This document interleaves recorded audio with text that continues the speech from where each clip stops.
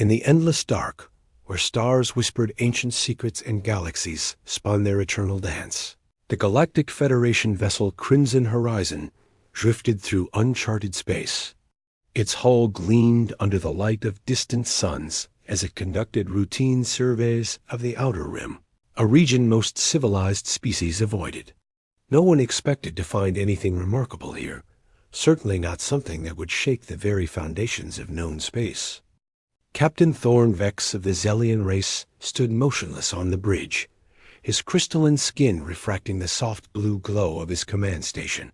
Behind him, his chief science officer, Mira Coles, a graceful Saphirian with 6 delicate fingers and emerald scales, suddenly straightened at her console. Her voice carried the kind of urgency that made every crew member freeze. "Captain, we have detected something." A vessel, approximately 40 kilometers ahead. Thorn turned, his triple-jointed neck allowing him to swivel his head completely around. "Classification?" Mayra's fingers danced across her holographic display, her expression growing more troubled by the second. "Sir, the readings are off the scale. Environmental toxicity levels exceed anything in our database. Temperature fluctuations from absolute zero to plasma hot within the same sections. Radiation that would sterilize most known life forms in seconds." The bridge fell into an uneasy quiet. Thorn's second officer, Commander Breck Novar, a hulking Krethian with 4 arms and thick armor plating, stepped forward. His deep voice rumbled through the space. "A derelict?" "Unknown," Myra replied. "But based on the environment alone, this qualifies as a Class 210 Deathworld designation." A collective gasp rippled through the bridge crew. Class 210 was the highest danger classification in Federation standards. These were environments so hostile that exposure meant certain death for 99% of all known species. Ships with such classifications were typically avoided, quarantined, or destroyed from a safe distance. Thorn felt his pulse quicken. The discovery of a Class 210 vessel, especially one of unknown origin, could mean prestige, promotion, and substantial rewards from the Federation Council. "Prepare long-range scans. I want full spectral analysis, structural integrity reports, and any indication of what civilization built this thing." As the Crimson Horizon drew closer, more details emerged. The ship was massive, easily 3 times the size of their exploration vessel. Its design followed no known architectural principles. Where Federation ships favored smooth curves and elegant lines, this craft was angular, brutal, and purely functional. It looked like something forged in the heart of a dying star, built to withstand punishment that would obliterate lesser vessels. "Captain," Mira called out again, her voice tight. "I am detecting something unusual inside the vessel." "Define unusual." "Movement. Power signatures." "Sir, some systems appear to be operational." Thorn exchanged glances with Breck. A derelict ship thousands of years old should not have active systems. "Could it be automated defense mechanisms?" Myra shook her head slowly. "No, sir. The patterns suggest deliberate activity. Someone is aboard that ship, and they are working on something." The implications hit everyone on the bridge simultaneously. If something could survive in those conditions, it represented either an extraordinary technological achievement or a biological impossibility. Either way, first contact protocols demanded investigation. "Assemble a boarding team," Thorn ordered. "Full hazard gear, quantum-reinforced environmental suits, and armed escort. Science team to document everything. We do this by the book." 2 hours later, 12 Federation personnel gathered in the deployment bay. They wore the most advanced protective equipment available, suits that could withstand vacuum, radiation, extreme temperatures, and toxic atmospheres. Each suit cost more than a small starship and represented the pinnacle of Federation engineering. Thorn led the team personally, accompanied by Mira, Breck, and representatives from 3 other species aboard the Crimson Horizon. Dr. Finn Galway, a methodical Torellian with multiple sensor organs, carried scanning equipment. Lieutenant Jessa Crix, a fierce Vulcan warrior with natural armor plating, managed security. Engineer Olvin Dree, whose mechanical augmentations made him nearly as much machine as organic, prepared cutting tools in case they needed to force entry. The boarding shuttle detached smoothly, crossing the dark void between the two vessels. As they approached, the true scale of the mysterious ship became apparent. Its hull bore scars from countless battles, scorched metal, deep gouges, and patches where hasty repairs had been made. Symbols covered the exterior, writing in no language the Federation had ever catalogued. "Docking sequence initiated," announced their pilot. The shuttle magnetically clamped onto what appeared to be an airlock. "Seal confirmed. Atmosphere beyond is reading as extremely hostile. Your suits should hold for approximately 6 hours before degradation begins." Thorn activated his helmet's communication system. "Remember, we are explorers and diplomats first. Whatever we find inside, we approach with caution and respect."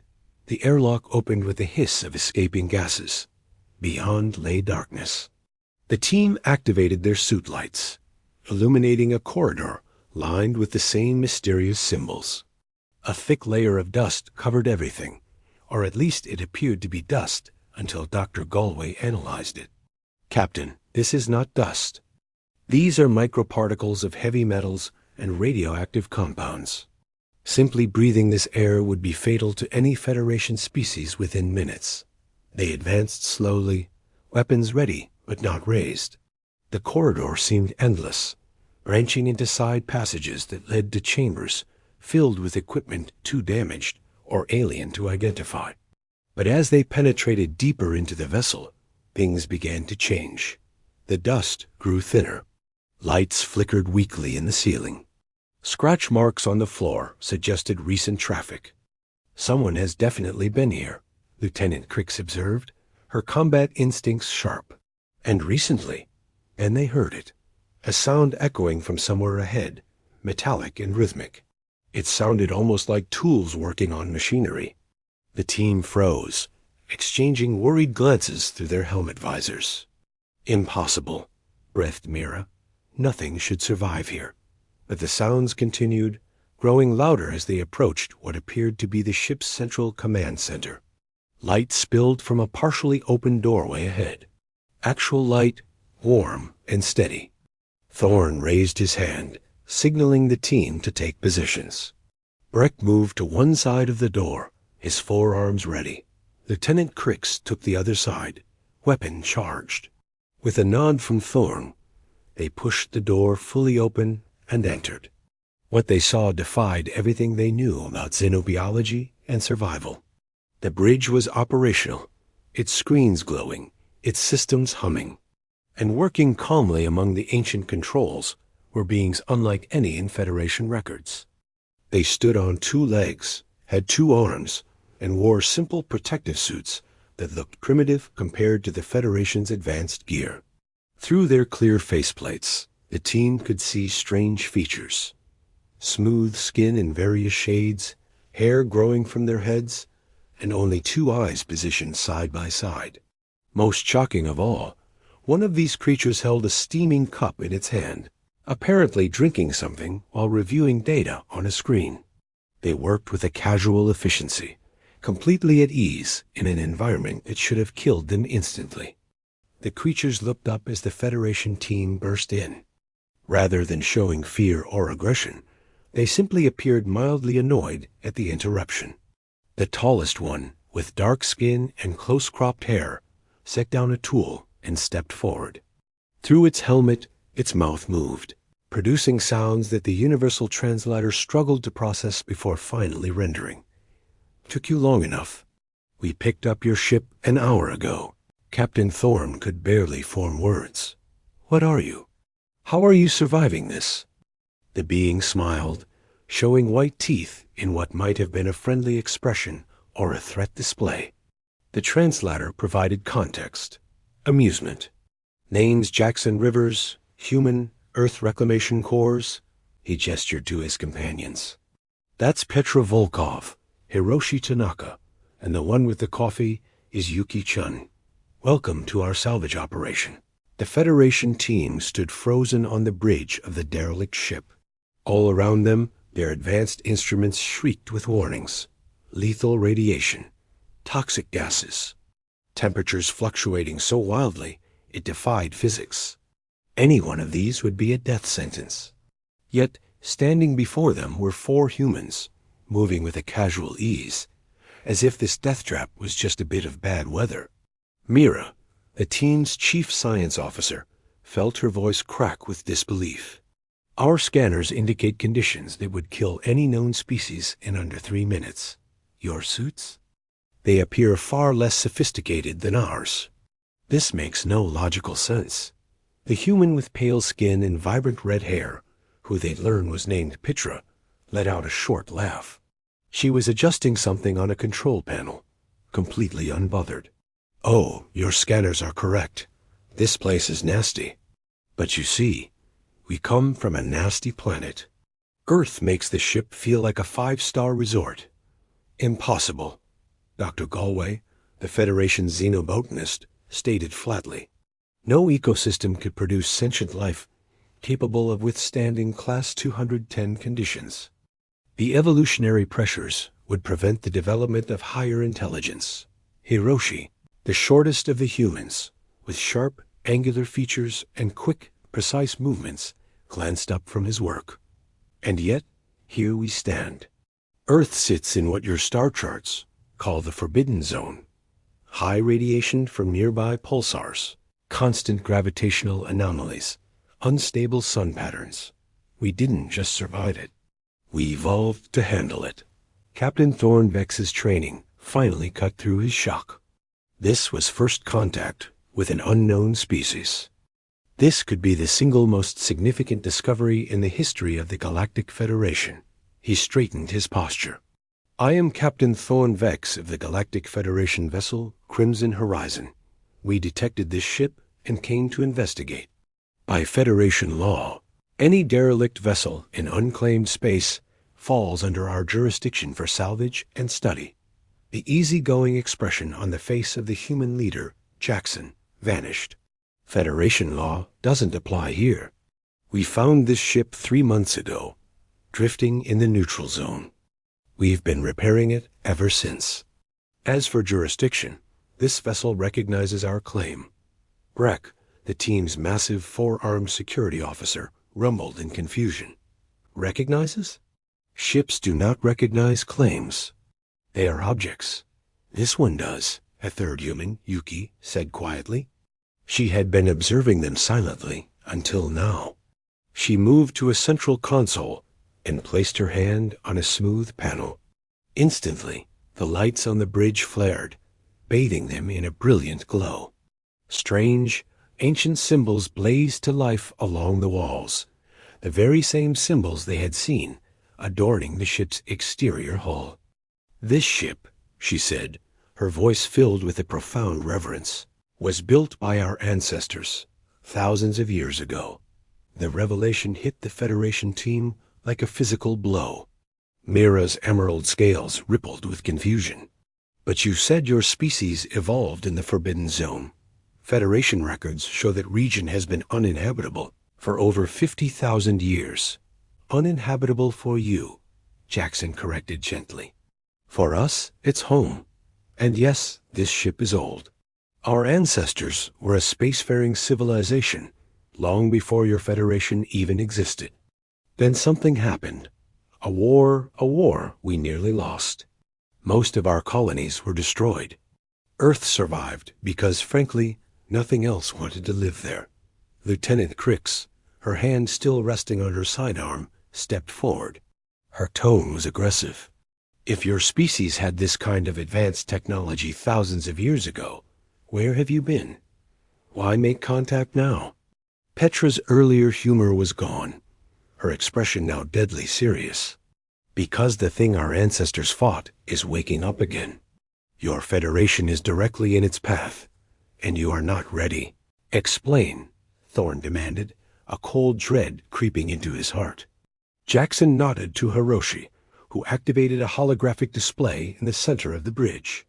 The image shimmered to life, showing a vast expanse of deep space. But something was moving within it. It wasn't a ship or a nebula or any natural phenomenon they recognized. It was a patch of nothing.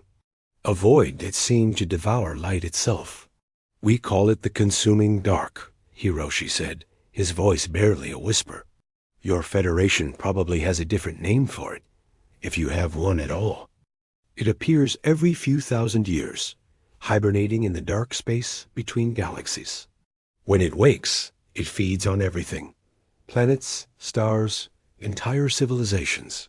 Our ancestors fought it to a standstill, but could not destroy it," Yuki added. "They built ships like this one, vessels specifically designed to operate in the most hostile environments possible, because the consuming dark creates those environments as it feeds. We have no records of any such entity," Dr. Galway protested, shaking his head. "Check your oldest archives," Yuki suggested. "Look for references to the Great Silence. Periods in ancient history where entire sectors of space just went dark, civilizations vanishing without a trace, without explanation. That was the consuming dark." Myra's fingers flew across her datapad. After a tense moment, her emerald scales paled. "Captain, she's right. There are references. Fragmentary reports from civilizations that existed before the current Federation charter. Entire species just gone. We always assumed it was war or some unknown natural disaster." "It was neither," Jackson said grimly. "It was hunger. The dark feeds on energy. Stellar radiation, planetary cores, biological life force. Everything. And our deep space monitoring stations detected it moving again 6 months ago. It will reach Federation space within 2 years." The sheer weight of this information settled over the bridge. Breck's armored plates shifted uneasily. "Why should we believe you? You appear from nowhere, claim ownership of an ancient vessel, and tell stories of cosmic boobium. For all we know, you are the threat." Petra's eyes hardened into chips of ice. "If we wanted to threaten you, you would already be dead. These advanced, expensive suits you're wearing, our readings show they'll start failing in about 4 more hours. We have been working in this environment for weeks with what you'd call basic protection. We breathe air you call toxic. We swim in radiation you call lethal. If we were hostile, believe me, we wouldn't need to play games." The brutal, unvarnished honesty was more convincing than any diplomatic speech could ever be. Thorne realized these humans weren't boasting. They were simply stating facts about their own biology, their own capabilities. "What do you want from us?" Thorne asked, choosing his words carefully. "Alliance," Jackson replied without hesitation. "The consuming dark does not discriminate. It will devour your worlds just as easily as it would ours. But this ship and others like it that we are in the process of reactivating, they can hurt the dark. Their weapon systems are designed to disrupt its feeding patterns. Your Federation has resources, numbers, and a territorial reach that we lack. Together, we might just survive what's coming." "I must report this to Federation Command," Thorne stated, his mind racing. "They will want proof, verification of your claims about this." "Threat. We expected that," Hiroshi said, manipulating the hologram. "We can provide coordinates to systems on the galactic rim where the dark has already begun feeding. Your ships can go and verify the destruction for themselves." Mira studied the data streaming to her pad. "Captain, these coordinates are in the outer territories, regions we rarely patrol. If what they say is true, and entire systems have been destroyed, we wouldn't have known. That's how the dark succeeds," Yuki said softly. "It takes the isolated first, the forgotten. By the time anyone in the core worlds notices, it's too late to organize a proper defense." Lieutenant Crix, however, was still not convinced. "You speak of an alliance, but you still haven't explained why you remained hidden until now. If your species survived this ancient war, why not make contact with the Federation centuries ago?" Jackson's expression grew distant, haunted. Because we learned a hard lesson. In the last war, some of our own allies turned on us when they realized how different we were, how resilient. They feared us. They tried to eliminate us before the real threat was even dealt with. We survived alone because we had to. Trust is not something we give easily anymore. Yet you ask us to trust you, Greg observed. No, Petra corrected, her gaze sharp. We're not asking for your trust. We're asking you to be smart enough to recognize a common threat and practical enough to accept help, no matter what it looks like. Pride is a luxury none of us can afford right now. The humans returned to their work, their movements efficient and practiced, leaving the Federation team to absorb the terrifying reality of their situation. Thorn watched them, moving through this lethal environment with an ease that was both awe-inspiring and deeply unsettling. They were intelligent, organized, and terrifyingly capable. They possessed something the Federation had never encountered, the ability to thrive in conditions that would destroy anyone else. Captain, Myra said privately over their suitcoms, if they're telling the truth, we need to act fast. But bringing humans into Federation space, it will cause panic. They are too different, too dangerous in the eyes of most species. I know, Thorn replied, his voice low. But if this consuming dark is real, we need every advantage we can get. And these humans, with their Deathworld ships, might be the only thing standing between the Federation and total extinction. He had made his decision. Stepping forward, Thorn addressed Jackson directly. I will take your information to Federation Command, but I need one of you to come with us, to testify before the Council. The four humans exchanged a look, a silent conversation passing between them. Finally, Jackson gave a slow nod. I'll go, but understand this, Captain. If your council tries to detain me, or treat me as a threat instead of an ally, things will get complicated. Complicated how? Lieutenant Crix demanded, her hand tightening on her weapon. Jackson smiled, but there was absolutely no warmth in it. You really don't want to find out. The journey back to Federation space took 3 full days. During that time, Jackson Rivers stayed aboard the Crimson Horizon, confined to specially prepared quarters. The ship's medical team conducted endless scans, and each result was more baffling than the last. His cellular structure showed adaptations to radiation that just shouldn't exist. His body processed toxins that would liquefy standard Federation organs. Even his blood showed unusual properties, carrying oxygen more efficiently while resisting extreme pressure changes. Dr. Galway shared his findings with Captain Thorne in private. This isn't normal evolution, he said. The changes in their biology are too specific, too advantageous. It's as if someone engineered them for survival. Natural selection, Thorne suggested. Their planet is harsh. Only the strongest survived. Perhaps, Galway conceded. But natural selection typically takes millions of years. According to Jackson's accounts, humans reached space capability in under 200,000 years. That's remarkably fast for a species developing in such hostile conditions. Thorne had spent hours speaking with Jackson, learning about Earth and human history. The picture that emerged was both fascinating and terrifying. Humans had fought each other for most of their existence, endless conflicts that forged them into survivors. Their planet regularly tried to kill them through weather, geological activity, and radiation. They evolved not just to survive, but to thrive on challenge. What worries me, Thorne admitted to Galway, is their capacity for violence. They casually mention wars lasting years, weapons that could destroy their own planet. If they turned that aggression outward, toward the Federation, the damage would be catastrophic. Yet they offer an alliance, Galway pointed out. They could have hidden in their forbidden zone, let the consuming dark destroy us, then inherited the galaxy. Instead, they reveal themselves and offer help, because they know the dark will come for them eventually, Thorne reasoned. This is pragmatism, not altruism. Does the motivation matter? Galway asked. if the outcome is survival? Thorn had no answer. Meanwhile, Mira had been analyzing the data Jackson provided about the consuming dark. The coordinates led to 3 small solar systems on the galactic rim. Long-range scans confirmed Jackson's claims. The systems were dead, not destroyed, but drained. Planets hung lifeless in space, their cores cold. Stars burned dim and weak, as if something had drunk deeply of their energy.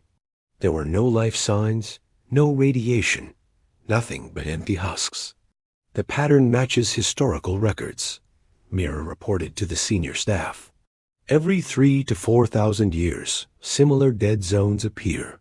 We always attributed it to natural stellar phenomena. But if the humans are correct, this was intentional. How long before it reaches inhabited Federation space? Breck asked. Based on its current trajectory and speed, Mira replied grimly, less than 2 years. It will hit the outer colonies first. The senior staff absorbed this news in silence. Finally, Thorn spoke. We can't make this decision alone. The Federation Council must be informed. But we need to present this carefully. If we simply arrive with a human and claim an ancient cosmic entity is about to devour everything, they'll think we've lost our minds. We have evidence, Myra pointed out. Evidence of dead systems, which could have other explanations. And the testimony of a species no one has ever heard of. The Council will be skeptical. Just then, Jackson appeared in the doorway, having apparently picked the lock on his quarters again. Lieutenant Crix reached for her weapon, but Thorn waved her off. You should be in your quarters, Thorn said, though without much conviction. Your locks are entertaining but ineffective, Jackson replied, entering uninvited. I heard your discussion. You're right to worry about how the Council will react. Fear makes people stupid. Then how do you suggest we proceed? Thorn asked, curious despite himself. Show them what we can do, Jackson said. Not our ability to survive. They'll just see that as a threat. Show them what we can build, what we can offer. The Deathworld ships aren't just weapons. They're mobile fortresses that can operate in conditions your vessels can't approach. They can go places your people can't follow. That makes us valuable partners, not just dangerous unknowns. Myra considered this. The ship we found. How many more exist? We've located 17 so far, Jackson answered. Most need extensive repairs, but 6 are combat ready. More are hidden throughout the galaxy, waiting to be reactivated. 17 ships against a cosmic entity, Rex said skeptically. That seems ... inadequate. The ships are force multipliers, Jackson explained. They can disrupt the Dark's feeding patterns, buy time for evacuation and defense. But you're right, 17 ships alone won't be enough. We need the Federation's industrial capacity to build more. We have the designs. You have the resources. It was a compelling argument. Thorn found himself wanting to believe, to accept this alliance. But centuries of Federation protocol demanded caution. The Council meets in 5 days, Thorn said. You'll have a chance to present your case. But I can't guarantee they'll listen. They'll listen, Jackson said with quiet confidence. Because fear is a powerful motivator, and I'll make sure they understand exactly what's coming. As Jackson left, Breck moved closer to Thorn. I don't trust him completely, but I believe he's telling the truth about the threat. I believe him too, Thorn admitted. What concerns me is what comes after. If we survive this, what happens when humans no longer need us? They're stronger, more resilient, and clearly more ruthless. The balance of power will shift. One crisis at a time, Captain, Mira suggested. First, we survive. Then we worry about politics. The Crimson Horizon arrived at Federation Central on schedule. The massive space station hung in orbit around Centralus Prime, home to the Federation Council. Ships from 100 species crowded the approach lanes. Thorn transmitted clearance codes and requested an emergency council session. The response was skepticism and bureaucracy. Thorn transmitted the data on the dead systems, the historical records, and finally, reluctantly, mentioned the human. That got their attention. Within an hour, clearance was granted. Thorn, Jackson, and a small security detail were transported to the council chambers. The massive room was packed. Word had spread about the mysterious human from the Forbidden Zone. Jackson stood calmly in the center, surrounded by beings of every conceivable shape and size. He showed no intimidation. He simply waited. High Magistrate Kelvin, an ancient Renner, called the session to order.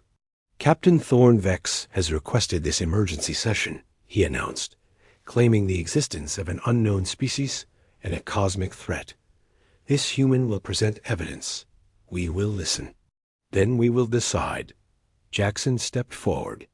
He wore a simple uniform bearing the symbols of Earth, and when he spoke, his voice carried across the chamber with unexpected power. Honored Magistrate, Council members, I bring you a warning. My name is Jackson Revers, and I represent humanity. We are the survivors of Earth, a planet you classify as uninhabitable. We evolved in conditions that would kill most of you in minutes. We survived because we adapted, because we fought, because we refused to surrender to the darkness. He paused. And now, that same darkness that forged us is coming for you. The chamber erupted in noise. Jackson waited patiently for silence and continued. You want proof? Look at your own records. Every few thousand years, entire civilizations vanish. You call it the Great Silence. But the pattern is too consistent. Something hunts civilizations. We call it the Consuming Dark. He activated a holographic display showing the dead systems. These colonies were alive 6 months ago. Now they are husks. This is how the dark feeds. It will move through Federation space system by system, unless we stop it. Why should we trust you? Someone called out. You appear from nowhere with these claims. Jackson's expression grew sad. Because we encountered it before. 5,000 years ago, the dark came to our region of space. 20 human worlds burned. We fought with everything we had and barely survived. The Deathworld ships you discovered? We built those in desperation. They worked, not well enough to destroy the dark, but enough to drive it back into hibernation. He looked around the chamber. We've been preparing for its return ever since. We know how to fight this thing. You do not. That is why you need us. High Magistrate Kelvin leaned forward. And what do you want in return for this help? Alliance, recognition, a place in the galaxy when this is over. We are tired of hiding. But first, we all need to survive. The council deliberated for hours. Finally, a vote was called. By a narrow margin, they agreed to a provisional alliance with humanity. A joint task force would be established. Human engineers would work with Federation scientists to build new Deathworld ships. As the session ended, Thorn approached Jackson. You did well. Not everyone believes you, but enough do to give us a chance. I just hope it's enough time, Jackson replied quietly.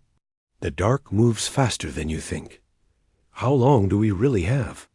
Jackson met his eyes. 18 months. Maybe less. The weight of impending disaster settled over them both. 18 months to unite a galaxy, to build a fleet, to prepare for the end. But as Thorn watched Jackson walk away, he realized something important. Humans had survived one apocalypse already. They knew how to fight impossible odds. And now, for better or worse, the Federation would learn from them. The war was coming. But perhaps, just perhaps, they might be ready. The following months transformed the Federation in ways no one could have predicted. Human engineers arrived from Earth, emerging from the Forbidden Zone in ships that made. Federation scientists questioned everything they knew about physics and material science. These vessels operated in conditions that should have torn them apart, held together by techniques born from sheer necessity and desperate innovation. The first joint shipyard was established in orbit around Centralist Prime. Human and Federation workers labored side by side, a stark contrast in their methods. The humans refused to wear the elaborate protective gear everyone else considered essential. They worked in conditions others found barely tolerable, setting a pace that exhausted their new alien colleagues. Captain Thorne was appointed liaison between the Federation military and Earth's reclamation corps. He spent his days mediating disputes, translating not just languages, but entire philosophies of existence. The cultural gaps were vast. Humans approached problems with an aggressive directness that unnerved the more cautious Federation species. They took risks others considered suicidal, and somehow succeeded through sheer, stubborn determination. But slowly, understanding began to grow. Federation engineers marveled at human problem-solving. When conventional solutions failed, humans improvised with whatever materials were at hand, their thinking unbound by traditional methods. They had spent millennia making do with less, and that incredible resourcefulness now proved invaluable. Mira was assigned to the Deep Space Monitoring Project, working directly with the brilliant human scientist Yuki Chun. Together, they tracked the consuming dark's relentless approach. The entity moved faster than initial projections, consuming smaller systems along the galactic rim at an accelerating rate.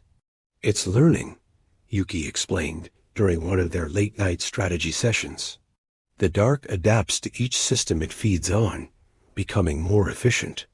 By the time it reaches the core Federation worlds, it will be unstoppable without serious resistance." "How do we stop something that feeds on energy itself?"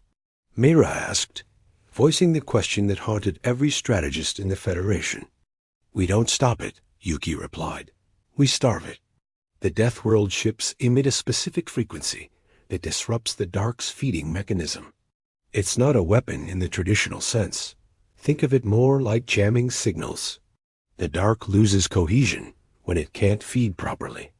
Enough ships generating enough disruption, and we can fragment it, scatter it back into hibernation." "For how long?" Mira pressed. "A few thousand years. Maybe longer if we damage it enough. Our ancestors managed 4,000 years of peace. We're hoping to exceed that. It wasn't a permanent solution, but it was survival. And sometimes that was enough." Meanwhile, Jackson had become an unlikely respected figure at Federation Central. His straightforward manner and refusal to engage in political maneuvering had earned him unexpected admiration. When others talked in circles, Jackson stated facts. When committees debated endlessly, Jackson made decisions and accepted full responsibility for the outcomes. He also trained Federation military forces in what humans called survival tactics, methods for operating in hostile environments with minimal resources. The lessons were brutal, but undeniably effective. Soldiers learned to push past their perceived limits, to adapt and overcome rather than retreat when conditions became difficult. The real transformation happened when the first joint-built Deathworld ship, the Unity, launched from its construction bay. Half human design, half Federation engineering, it represented the best of both civilizations. Thorne was given command, with Jackson serving as his strategic advisor. The ship's maiden voyage was a test run, a mission to intercept a small fragment of the consuming dark that had broken off from the main entity. Standing on the bridge of the Unity, Thorne felt the raw power humming through the vessel. Federation ships were elegant and efficient. Human ships were blunt instruments of purpose. The Unity somehow balanced both, creating something entirely new. "Dark fragment detected," Mira reported from her station. "Distance 300,000 kilometers and closing." Through the view screen, they saw it. The consuming dark appeared as a void against the stars, a patch of space where light went to die. It moved with a terrible purpose toward a nearby gas giant, drawn by the planet's massive energy reserves. "All ships maintain formation," Thorne ordered. The Unity led a small fleet of 6 vessels, a mix of human Deathworld ships and adapted Federation cruisers. "Activate disruption fields on my mark," Jackson stood beside him, preternaturally calm. "Wait until it begins feeding," he advised quietly. "The dark is most vulnerable when it opens itself to absorb energy." The entity reached the gas giant, wrapping around it like a predator embracing its prey. The planet's vibrant atmosphere began to dim, its storms fading to a dull gray. "Now," Jackson said, "all ships, activate disruption fields. Full power." Thorn commanded. The fleet emitted waves of specially tuned energy. The effect was immediate. The consuming dark convulsed, its cohesion wavering. Where it had been a solid mass of darkness, it now fragmented into dozens of smaller pieces. These pieces tried to reform, but the disruption fields held them apart. "Maintain field strength," Thorn ordered, watching the entity struggle. "Drive it away from the planet." For 20 minutes, they pushed. The dark fought back, lashing out with tendrils of absolute emptiness. 2 Federation ships took damage, their hulls corroding where the dark touched them. But the human-designed ships held firm, their armor built for far worse. Finally, the dark fragment retreated, scattering into deep space. The gas giant remained, damaged but alive. Cheers erupted across the bridge. They had done it. The first successful engagement against humanity's ancient enemy. It wasn't victory, merely survival, but survival was everything. "We heard it," Jackson observed, studying the sensor data. "Good. It knows we can fight back now. Will that make it more cautious?" Mira asked from her console. "Or more aggressive," Jackson replied grimly. "The main entity has already consumed the test fragment's memories.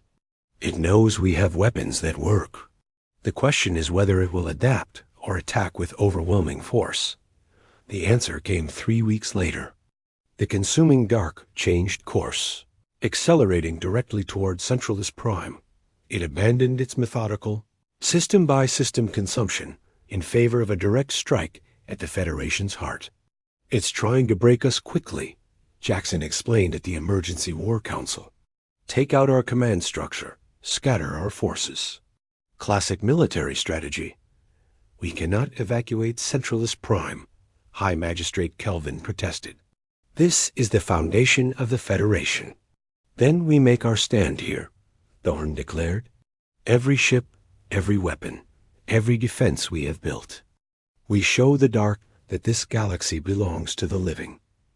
The next 2 months saw the greatest military mobilization in Federation history. Hundreds of ships gathered at Centralist Prime. New Deathworld vessels rolled out of shipyards at a record pace. Human and Federation crews trained together, learning to merge their 2 very different approaches to combat. Jackson worked tirelessly, sharing every piece of knowledge humanity had accumulated about fighting the dark. He taught them that winning wasn't about a perfect strategy, but about refusing to surrender. And when the consuming dark finally arrived, it faced a united fleet unlike anything it had encountered in millennia. 300 ships formed defensive perimeters around Centralist Prime. Disruption field generators covered the planet's surface. Thorn stood on the Unity's bridge, Jackson beside him as the darkness filled the view screen. "This is it," Thorn said quietly. "Everything we are, everything we've built, comes down to this moment."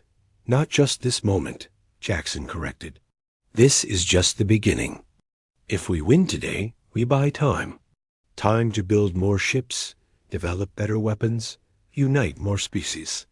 The dark will return. It always does. But now we know how to fight it." The entity rushed forward like a tidal wave of oblivion. The Federation fleet met it with everything they had. Disruption fields tore at its cohesion. Kinetic weapons carved chunks from its mass. Energy beams burned channels through its darkness. And still it came. Ships were lost. Brave crews sacrificed themselves to hold the line.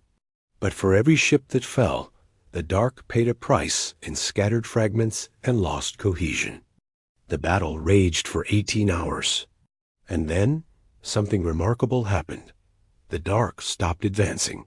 It hung in space, wavering, its mass significantly diminished.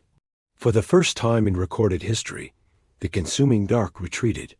It pulled back slowly, fragmenting as it went, scattering into deep space. Not destroyed, but beaten. In the aftermath, as rescue operations began, Thorne found Jackson in the Unity's observation deck. "We lost 43 ships," Thorne said, the weight of the words heavy. "Thousands of lives. And saved billions," Jackson replied. "That is the cost of survival. You honor the fallen by continuing to live, to build, to prepare for the next time." 6 months later, Thorne stood at a memorial dedication on Centralist Prime. Thousands gathered to honor those who had fallen. Jackson stood beside him, now officially Earth's ambassador. "What will you do now?" Thorne asked. "The war is over for now." "Explore," Jackson said with a slight smile. "For the first time in our history, we are not alone. There are 1,000 worlds to see, 1,000 species to meet. Earth's children are finally coming home to the stars. And if the dark returns, then we will fight it again, together. That's what allies do." Fear and suspicion had given way to respect and cooperation. Humans, forged in the crucible of the deadliest world known, had taught the Federation that survival wasn't about avoiding danger, but facing it with courage and determination. The future was uncertain, but for the first time in millennia, it was also filled with hope. Thanks for watching. If you enjoyed this story, be sure to like and subscribe for more.